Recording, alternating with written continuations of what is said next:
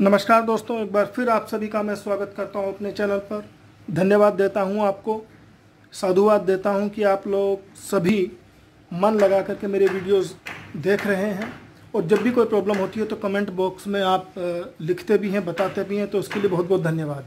जो लोग अभी नए सब्सक्राइबर बने हैं वो कृपया करके मेरे पिछले वीडियोस ज़रूर देखें दोस्तों, तभी आपको सारी बातें समझ में आएगी, पूरा मैथमेटिक्स समझ में आएगा, प्रैक्टिकल नॉलेज समझ में आएगी, पूरे लॉजिक समझ में आएंगे। क्योंकि ये दोस्तों एक मैथमेटिकल सब्जेक्ट है, ये डराने वाला सब्जेक्ट नहीं है। और आज मैं एक बहुत ही इम्पोर्टेंट योग, या कई बार लोग इसको दोष बोलते हैं, कुछ पंडित लोग जो हैं, इसके बारे में बात करने वाला हूँ। वो है मांगलिक योग। दोस्तों वैसे तो शास्त्रों में कहीं भी मांगलिक दोष या योग का जिक्र नहीं है, लेकिन जैसे जैसे देश काल परिस्थितियां बदलती चली गई वैसे ही इस योग को दोष माना जाने लगा। और कहीं ना कहीं आज हमारे सामाजिक परिवेश में ये बहुत ज़्यादा इम्पोर्टेंट हो चुका है, क्योंकि इसके कुछ विपरीत परिणाम भी आते हैं। तो दोस्तों सबसे पहले हम बात करते हैं मांगलिक दोष कब होगा, लक्षण क्या हैं। उसके बाद मैं दूसरा बात करूंगा इसको कैंसिल कैसे किया जा सकता है। तीसरा डेंजर जोन क्या है, कहाँ डेंजर है, कहाँ खतरा है। और चौथा फिर मैं इसके उपाय की बात करूंगा।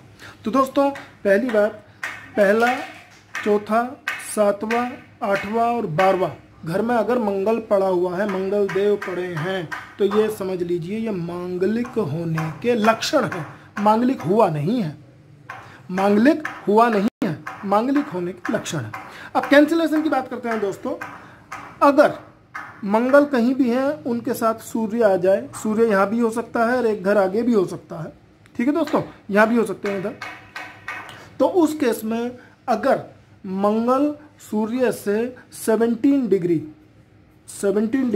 क्लोज आ जाए, यानी वो अस्त हो जाएंगे मंगल देव, अगर 17 डिग्री के आसपास आ जाएंगे मंगल और सूर्य मिलकर के, तो कैंसिल हो जाएगा। दूसरा, अगर मंगल देवता जन्म कुंडली में 0 डिग्री 1-2 डिग्री, अगर 0-1-2 है या 28-29 डिग्री है, तो भी ये मांगलिक दोष, मंगल कहीं भी बैठे हो इन पांचों घरों में, तो भी मांगलिक दोष समाप्त हो जाता है। तीसरी बात करता हूँ, अगर मंगल देवता अति योग कारक है, जैसे मेष लगन की कुंडली ले लें तो मंगल अति कारक है, वृश्चिक लगन की कुंडली ले लें तो योग कारक है, और उस समय मंगल पांचों घरों में कहीं भी बैठ जाए, ठीक है दोस्तों, तो भी मांगलिक दोष नहीं होगा। वैसे हम चर्चा अलग अलग लगन कुंडलियों की बाद में करेंगे, लेकिन अभी एक जनरल रूल मैं आपको बता रहा हूँ। फिर चौथी बात करते हैं, मान लिया ये पहला घर है और ये 7वां घर है, ठीक है दोस्तों।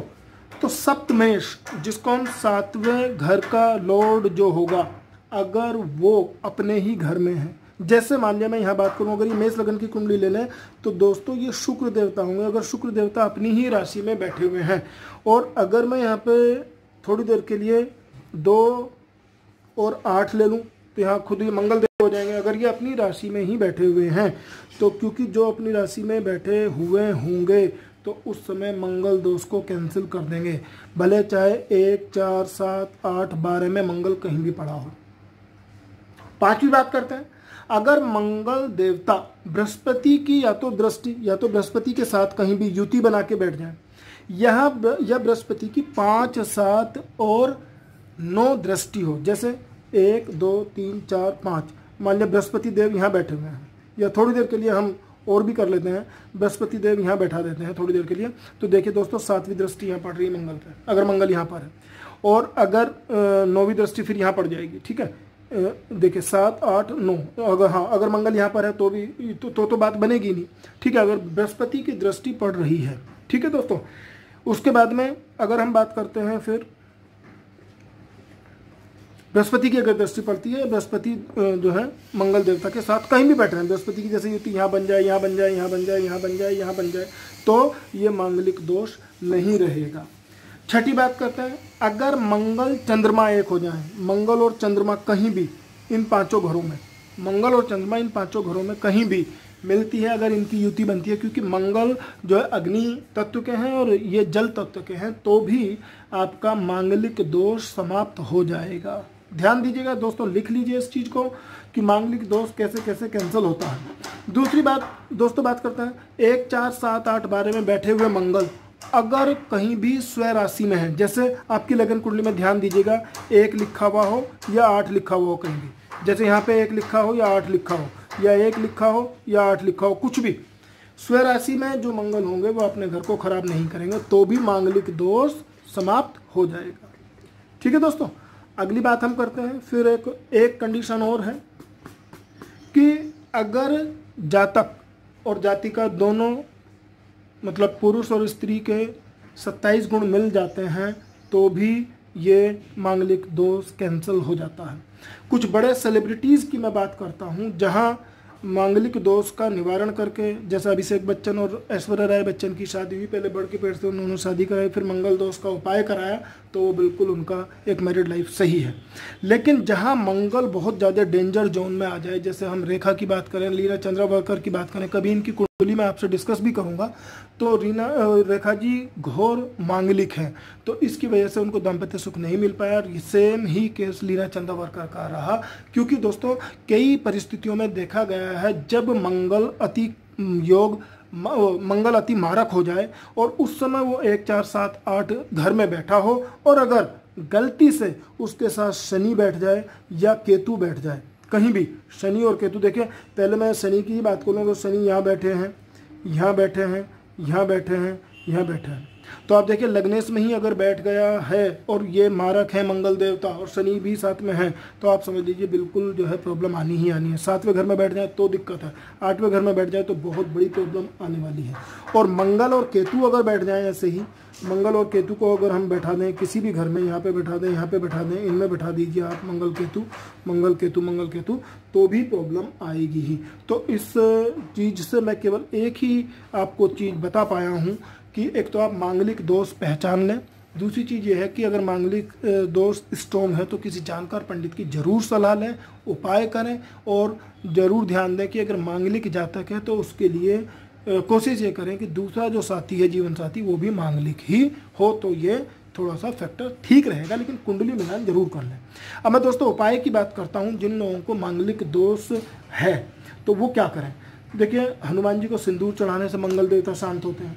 दूसरा, चांदी के बर्तन में अगर आप खाना खाते हैं तो भी मांगलिक दोष कम होगा। मांगलिक जातक को हनुमान चालीसा, महामृत्युंजय मंत्र और गायत्री मंत्र का जप करते रहना चाहिए। मंगल का बीज मंत्र का जप करना चाहिए। मंगल के बीज मंत्र को मैं बता भी दूं, ओम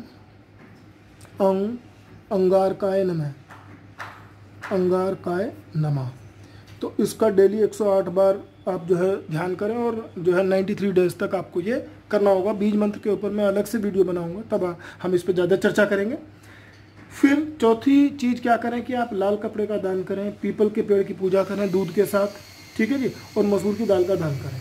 दूसरा, विवाह से पहले आप केले के पेड़ या पीपल से शादी करके इस दोष को समाप्त कर सकते हैं। और पंडित की सलाह जरूर लें, जानकार पंडित की। जो पंडित आपको डराए धमकाए, वैसे ही 1 4 7 8 घर में 12 घर में मंगल को देख लें तो उससे परेशान होने की ज़रूरत नहीं है। आप ढंग से समझें, मेरे लेक्चर को देख लें, मेरे वीडियो को देख लें और आप समझ जाएंगे कि आपकी मंगल की स्थिति क्या है, आप मांगलिक वास्तव में है भी या नहीं, या कैंसिल हो गया है। और मांगलिक पुरुष की शादी मांगलिक स्त्री से करा दी जाए तो वो एक अच्छा जो है उपाय रहेगा। अब मैं दोस्तों बात करता हूँ, दूसरे घर में मैंने मंगल को लिखा हुआ है तो इसको भी मांगलिक दोष में कुछ लोग शामिल करते हैं, स्पेशली साउथ इंडियन लोग जो हैं, यहाँ अगर दूसरी घर में मंगल है तो उसको भी मांगलिक दोष के लिए कंसिडर करते हैं, लेकिन ऐसा नहीं है। ये मांगलिक दोष का जो है कारक नहीं है। यहाँ पे मंगल अगर होता है तो मांगलिक दोष बिल्कुल नहीं है। वो केवल और केवल इसलिए बता देते हैं क्योंकि यहाँ से दूसरे घर से ये 7वीं दृष्टि इधर पड़ती है और ऐसे केस में आपके जो है झगड़े या न्यूक्लियर फैमिली की तरफ जो है जाति का मूव करती है। तो ऐसे में ये बता दिया जाता है कि भाई हमारे घर में जो पत्नी या स्त्री आई है, जो वधू आई है, वो घर को तुड़वाना चाहती है, लेकिन ऐसा नहीं है क्योंकि इस समय परिस्थितियाँ ही ऐसी हैं कि न्यूक्लियर फैमिली का कॉन्सेप्ट है। इसलिए इसका तो कोई मतलब बैठता ही नहीं है कि इस केस में अगर मंगल यहाँ पर है तो मांगलिक दोष होगा। तो दोस्तों इन सभी बातों को मैंने आपको समझाने की पूरी कोशिश की, बताया। बस मेरी एक ही रिक्वेस्ट है कि आप बने रहें, मेरे चैनल को देखते रहें, सब्सक्राइब करें, बेल आइकन प्रेस कर दें ताकि आपको नए जो वीडियोस आने वाले हैं उनके नोटिफिकेशन मिलते रहें। और ऐसे ही मैं हर बार आपकी कुंडली से विशेष कुछ चीज़ निकाल करके हर बार लेकर के आऊँगा ताकि आप अपनी कुंडली में पहचान सकें कि अच्छा क्या है, बुरा क्या है और फिर उसका निवारण कर सकें। दोस्तों, इन्हीं शब्दों के साथ मैं आप सबसे विदा लेता हूँ, अपनी वाणी को विराम देता हूँ।